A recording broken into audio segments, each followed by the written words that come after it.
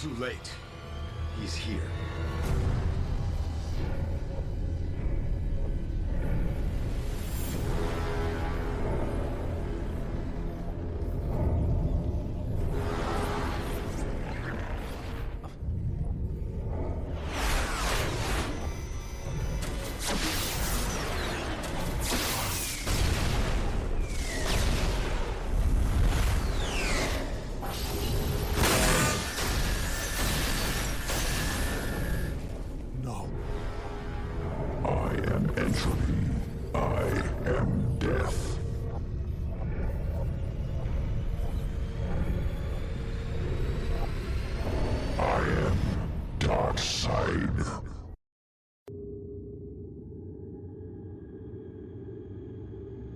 In 1995, Marcum set out to build a Jacob's ladder in his home in Stanberry, Missouri.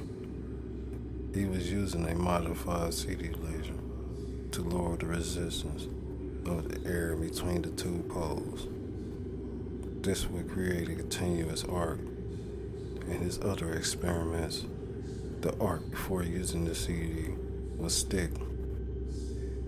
He noticed a strange effect when he turned it on. There was a heat signature, like the kind you would see off a hot pavement, except the one was circular, like a vortex. He decided to toss a sheet metal screw through the vortex to see what would happen. He claims it disappeared for a half a second, just enough to notice it was gone. After a few more tests, the CD laser caught fire. He figured he was going to rebuild the machine.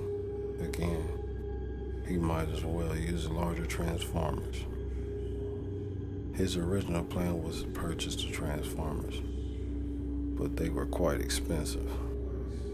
He resorted to the alternative at the local power station. There were 6 old transformers calling his name, and he answered.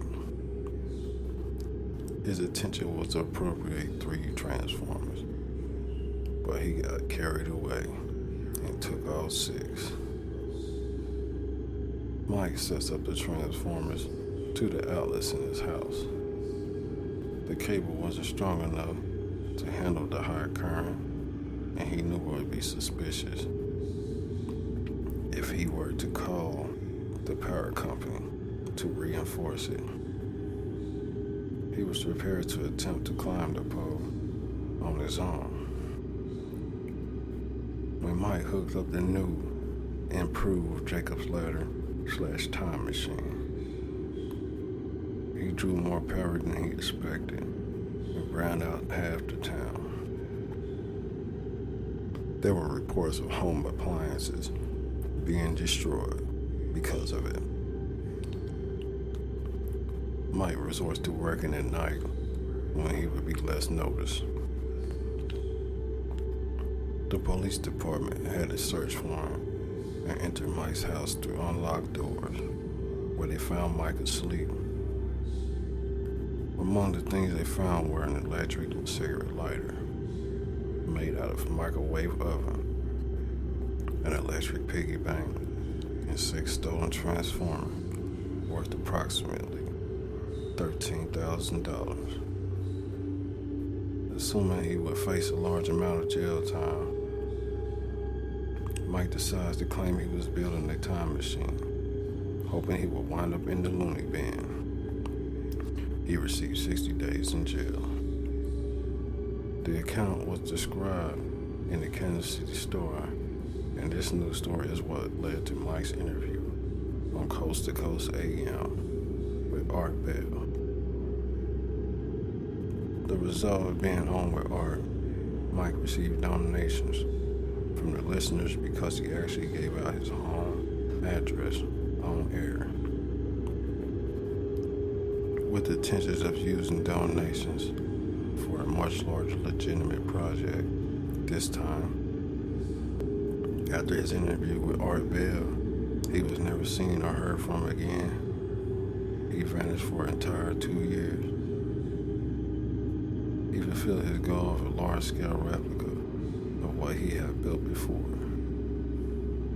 After testing with guinea pigs, he got in a cherry picker and jumped through the portal, only to turn up 800 miles away in a field in Ohio, barely remember his own name, 2 years in the future.